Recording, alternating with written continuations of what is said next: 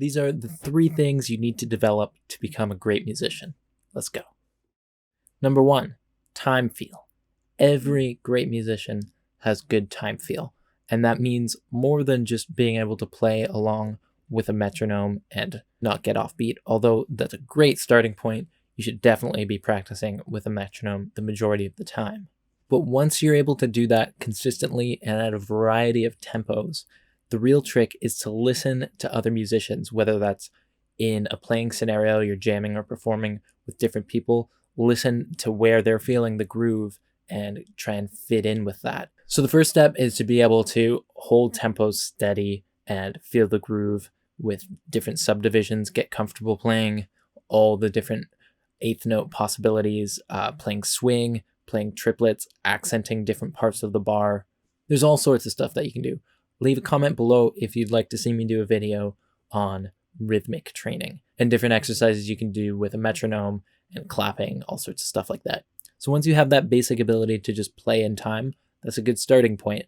But when it really starts to get magical is when you can hear what's going on in the groove and how you can fit into that in terms of like slight pushes and pulls in where you're feeling the time and the accents. One of the best ways to develop this, and in fact one of the best ways to develop all 3 of the things we're going to talk about today, is to play along to recordings. I'll often put on an entire album and pick up an instrument and just play along and try to hear as much as I can and mimic it and pick up little nuances and details in the music. And every single time I do this, I feel like I've learned a ton. All right, number 2 is developing your ears. And a lot of people associate this with ear training, which is a great thing to do. And it certainly builds a foundation and gives you the tools to do whatever you want. One of the best ways to develop your ears, like I said before, is to play along with recordings and listening to them over and over and over again and trying to learn things by ear. And try to challenge yourself too to not only learn things played by your instrument. Maybe if you're a guitarist, you could learn a keyboard part or bass line. And this does 2 things. Number 1, it kind of breaks you out of your box of the things that are comfortable on your instrument. Because every instrument has these things that just sort of come easily to them and they lay really nice, which is great. But you can often get trapped into that. So learning something by ear that's played by another instrument can be a good way to open up different possibilities.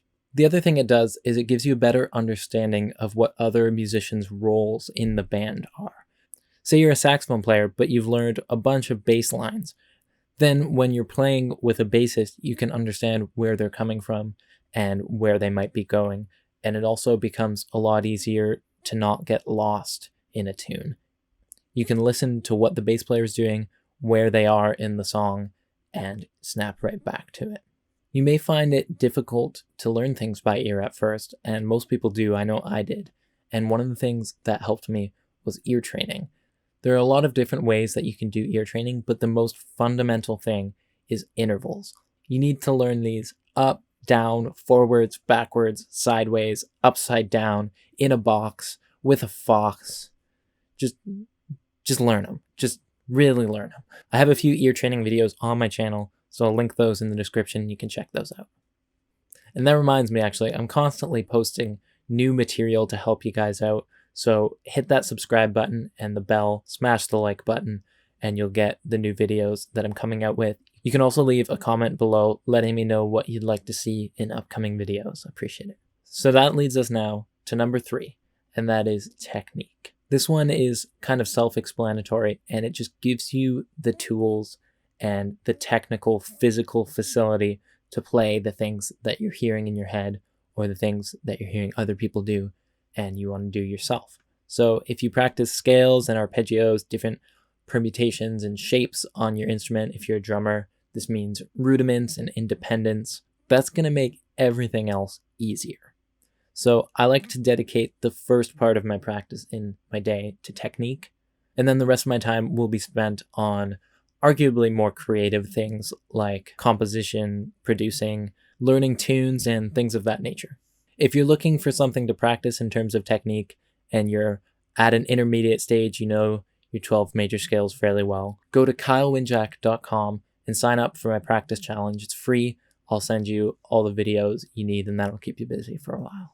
But really, the possibilities here are endless. It doesn't matter so much what you work on each day. You just want to make sure that you're working on something that you can't already do. You're just adding to your bag of tricks, so to speak. At a certain point, anything you could possibly play is just combinations of things that you've already practiced. So it becomes easier and easier. I mean, that said, the combinations are literally endless. So good luck, go practice.